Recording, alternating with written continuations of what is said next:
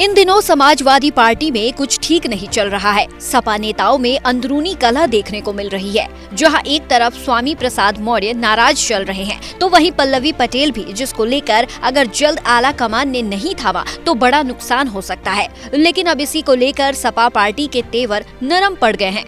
तभी तो पार्टी के राष्ट्रीय महासचिव शिवपाल यादव बार बार बैठकर बात कर लेंगे की बात दोहरा रहे हैं।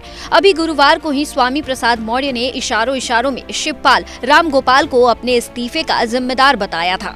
इसमें कोई दो राय नहीं कि पार्टी में कुछ स्वयंभू बड़े नेता हैं जो अपने को पार्टी का आला कमान मान के चलते हैं।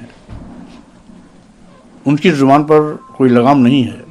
किसी को कुछ भी कह देना, कार्यकर्ताओं को अपमानित कर देना, मेरे बयान को निजी कह देना। इस तरह के लोग कहीं न कहीं पार्टी का भट्टा बैठा रहे हैं, पार्टी का जनधार के साथ खिलवाड़ कर रहे हैं। और इसीलिए उन सारी बातों को मैंने मौखिक रूप से भी और पत्र के माध्यम से भी राष्ट्रीय अध्यक्ष जी को अवगत कराना उचित समझा और इसीलिए उस पत्र को मैंने भेजा। इसी को लेकर जब शिवपाल यादव से एबीपी नेटवर्क के संवाददाता ने सवाल किया तो उन्होंने कहा, पार्टी में ये सब चीजें होती रहती हैं, पर हम बैठकर बात कर लेंगे। देखिए, स्वामी प्रसाद सीनियर लीडर हैं, सेकुलर लीडर हैं। हम उन्हें बहुत दिनों से जानते हैं। पहले वो लोक दल में से शुरुआत हुई थी। लोक दल के बाद फिर गए अपने दूसरी पार्टियों में भी रहे, लेकिन इस समय समाजवादी पार्टी में हैं। और देखिए, समाजवादी पार्टी में कुछ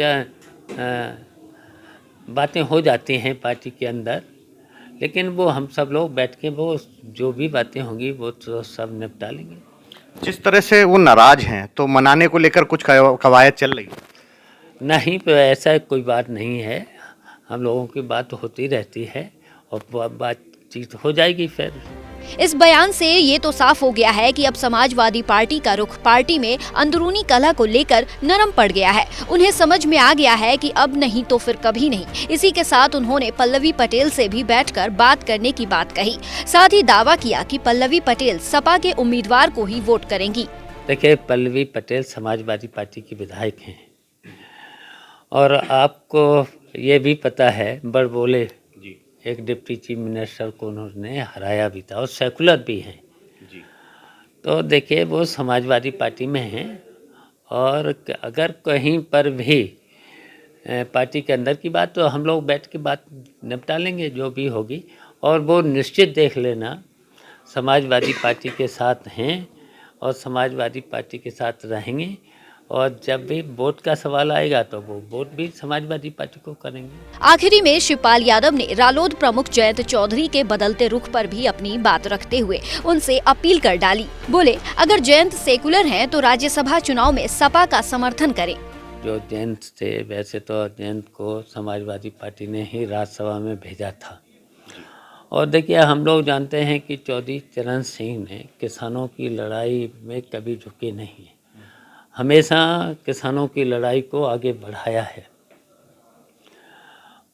तो देखिए, उनको भी जब चौधरी चरण सिंह की विचारधारा था, सेकुलर विचारधारा थी, तो उसी पर जयंत को भी चलना चाहिए। तो उसी विचारधारा तक देखिए, हमें तो उम्मीद है कि अगर सेकुलर हैं तो वो राज्यसभा के चुनाव में समाजवादी पार्टी को ही सपोर्ट करें।